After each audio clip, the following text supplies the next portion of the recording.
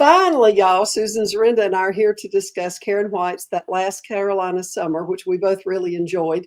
And just for anyone who is not familiar with Karen and her work, with almost 2 million books in print in 15 different languages, Karen White is the New York Times and USA Today bestselling author of 36 novels. Her latest releases include The Author's Guide to Murder from November of 2024, a collaboration with bestselling authors Beatrice Williams and Lauren Willig, and That Last Carolina Summer, which came out in July and was, of course, our book of the month for August. Karen grew up in London, but now lives near Atlanta, Georgia. And of course, we all send our love to Karen with heartfelt condolences on the recent sudden loss of her husband of 38 years. It's just heartbreaking. Yes. I have to say, this book is one of my favorites so far this year. It spoke to me in so many ways and was at times perhaps a little bit too close to my recent reality.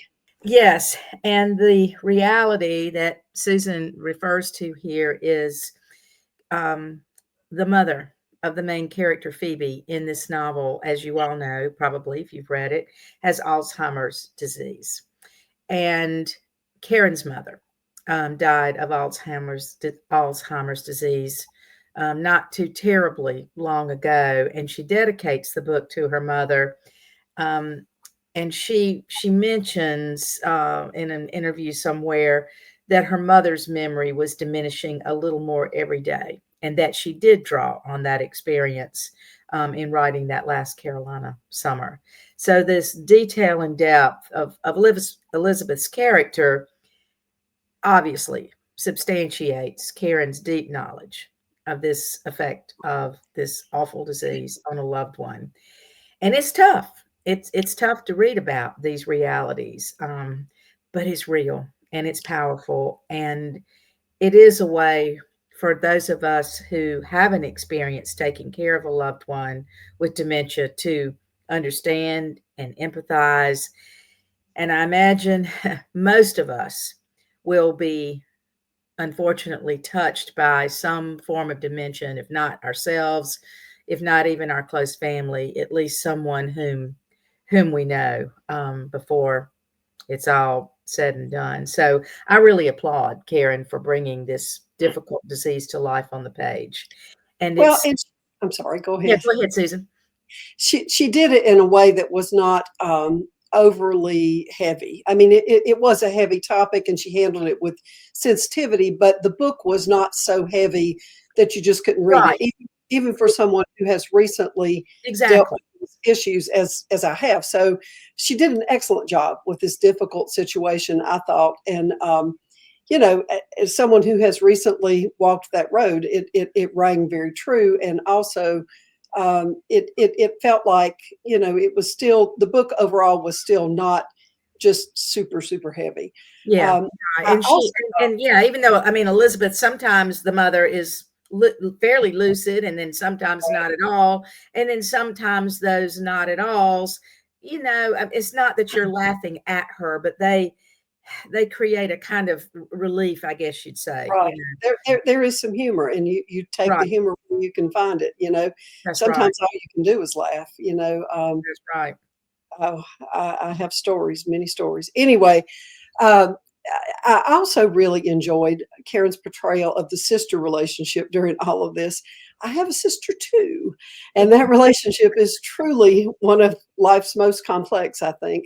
I always enjoy books that explore the sister dynamic, and I thought she did a really good job with that. Oh, I think she did. And I do not have a sister, but man, do I understand this dynamic in other relationships in my life. I mean, you've got Addie, who basically has lived at home with Elizabeth, really for her own benefit, so that Elizabeth can take care of Addie's child and offer up money so Addie doesn't have to, pull all of her own weight financially. Addie's a single mother, and we give her some sympathy for that. But I know this dynamic of siblings. I've seen it happen where they take advantage of the parents, and then the other child in the family, or other two, however many there are, they're the responsible ones. My father had this saying that everybody in the world is either ants or grasshoppers. And, and so in this case, Phoebe is an ant. She works. And Addie is a grasshopper, always jumping from one opportunity to the next. I think it fits really well. So I've we never heard that, but it's very apt. Yes. yes, yes. I mean, this is just so fundamentally real. These people, the grasshoppers of the world. Anyway, well, we might come back to that dynamic later. But one of the things that Susan and I thought was, interesting and certainly worth talking about is how Phoebe gets her premonitions, her gifts, and they come to her in dreams. And it comes from her having been struck by lightning. And it's said that people who are struck by lightning sometimes gain the gift of premonition. It's not scientifically sound, but I sure do like the way Karen used this sort of myth to create motivations for Phoebe, mostly to escape to the West Coast so she can avoid having these dreams that tell these truths that no one else knows, and put a terrible burden on her. But then she's obliged to return to South Carolina to help take care of her mother, Elizabeth. And when she does, those dreams return. And that conflict, I thought Karen did an excellent job. That conflict relating to the dreams, I think, is a really excellent point of tension in the novel, both within Phoebe internally and between her and others in the novel. You're throwing that word around, myth. Do you think it's a myth? I mean, I tend to believe this happens sometimes, but in general, I think that I'm more inclined to believe things less grounded in science and more grounded in the metaphysical. There are more things in heaven and earth, Horatio, than are dreamt of in our philosophy. I tend to believe there are a great many things that are very real, but beyond human understanding. And there was some discussion about this in the group. Pat Dupuy said, and Pat, I hope I'm saying your name right. I'm sure I'm butchering it. I'm bad about butchering names, but Pat says, I can say her first name.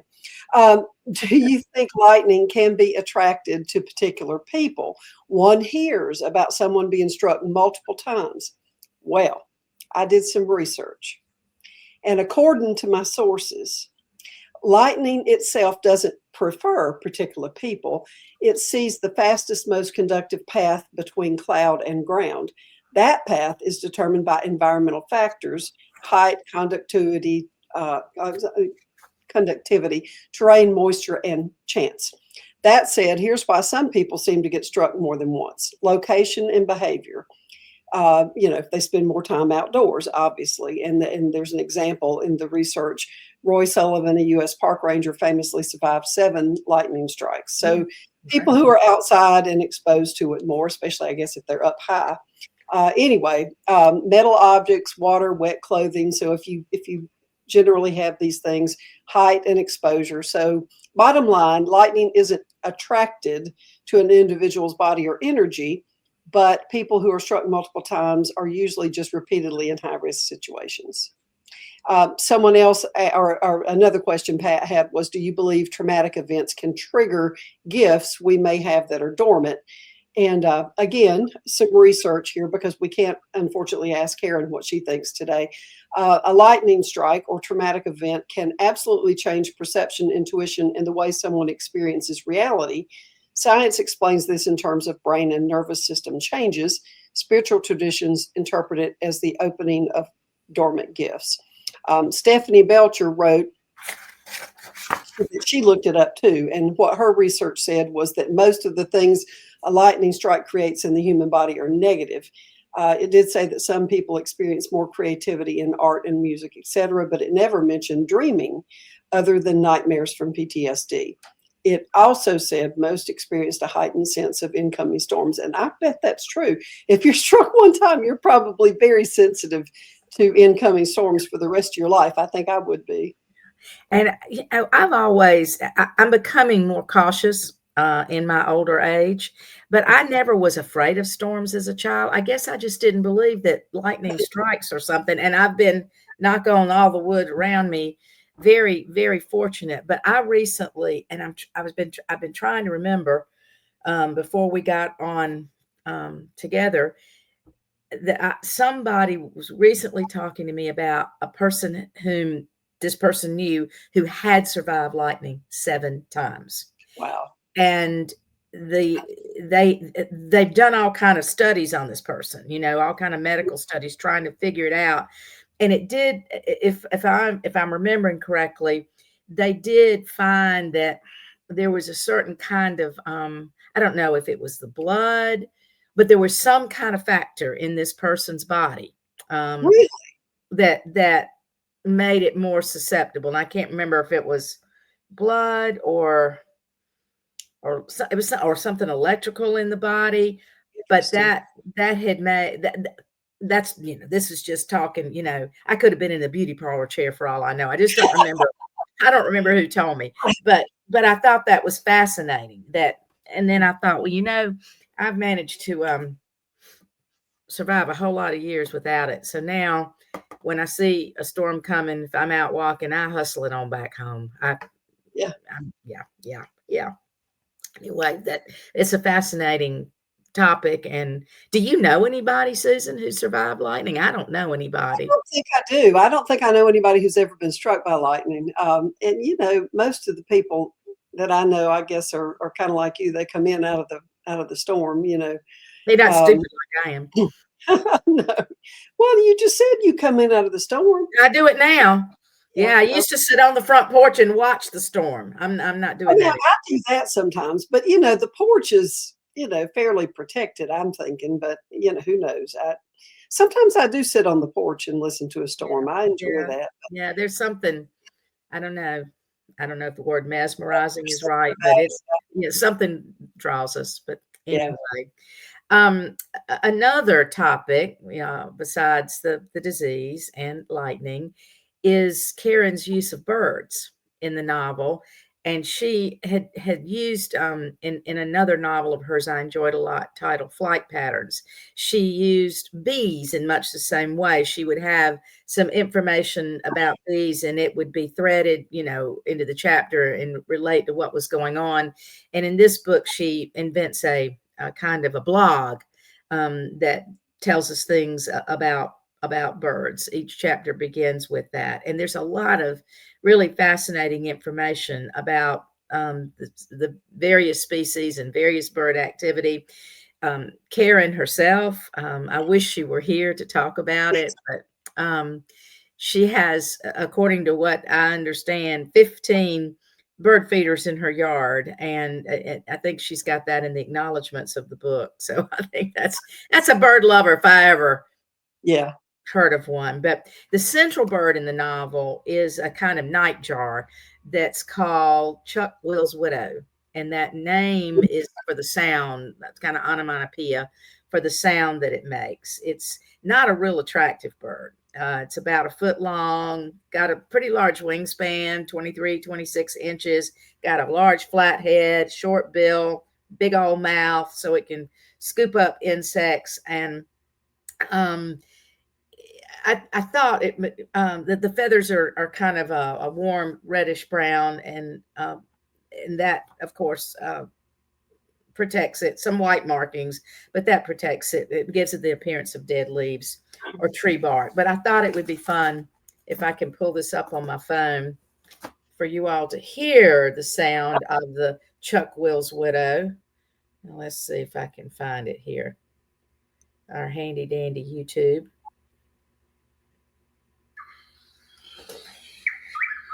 And that's what it looks like. It's not a very pretty bird. We've heard it, Yeah. Yeah. or I've heard it when I'm down in Beaufort. I know I hear it Oh, I in definitely the heard late it. afternoon. Yeah. Well, well, thank you.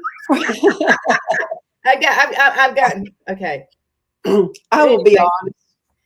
I confess I was less interested in the birds and the bird metaphors and more involved in the plot. I mean, I truly did love this story, I did but it's too. typical, I think, of our responses to most novels. I enjoy the metaphors and so forth, but it's really all about the story for me. Tell me the story, you know. Um, Yeah. And I do too. I love the story. I do too. I just think it's kind of cool. And sometimes authors have things in there that they don't even realize kind of have symbolic significance. It maybe comes from the unconscious, though I think maybe in this case, at least to some extent, Karen might have been consciously making a connection between the Chuck Will's widow oh yeah, and I feel like she and was. Yeah. yeah, and her character Phoebe, because some of the symbolism, it's just very, it really relates to the character. Like the presence of a Chuck Will's widow can mean to take a moment for self-reflection, because this bird is known for its ability to wait and to watch quietly, and that makes us think about taking the time to think things through and to consider choices, which is something Phoebe really has to struggle to do. I mean, she's made up her mind. She's going back, she's going back, she's going back to the West Coast. But eventually, she does engage in self reflection when she makes her decision to stay Well, in I South mean, Carolina. also, I mean, she's got family, you know, that anchors her there. And I mean, you know, at the end of the day, family's family, you know. And then also there's that hot guy. I mean, you know, Yeah, that helps. I'm sorry, I'm drawing a blank right now.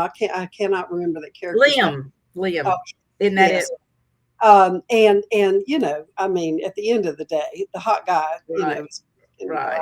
I thought it was very well done, and I enjoyed the all the different layers of the book coming in. It was a complex story, Yeah. and all the different layers of it, I really did enjoy. And um, I, I, I mean, I love all of Karen's books, but I think my favorite are her standalones, and Oh, mine too. this one, I believe, is probably my favorite of her books. Yeah, this Up I up liked to Flight Patterns an awful lot, but there are a lot of sort of similarities with, like you say, the depth of the character, and we really are kind of living what Phoebe is going right. through, and that's another thing that bird represents is strength in the face of adversity. Which, of course, she gets home and finds out what chaos the house is in, and her little niece is not being watched, and her sister is just all over the place, and of course her mother is sick. So um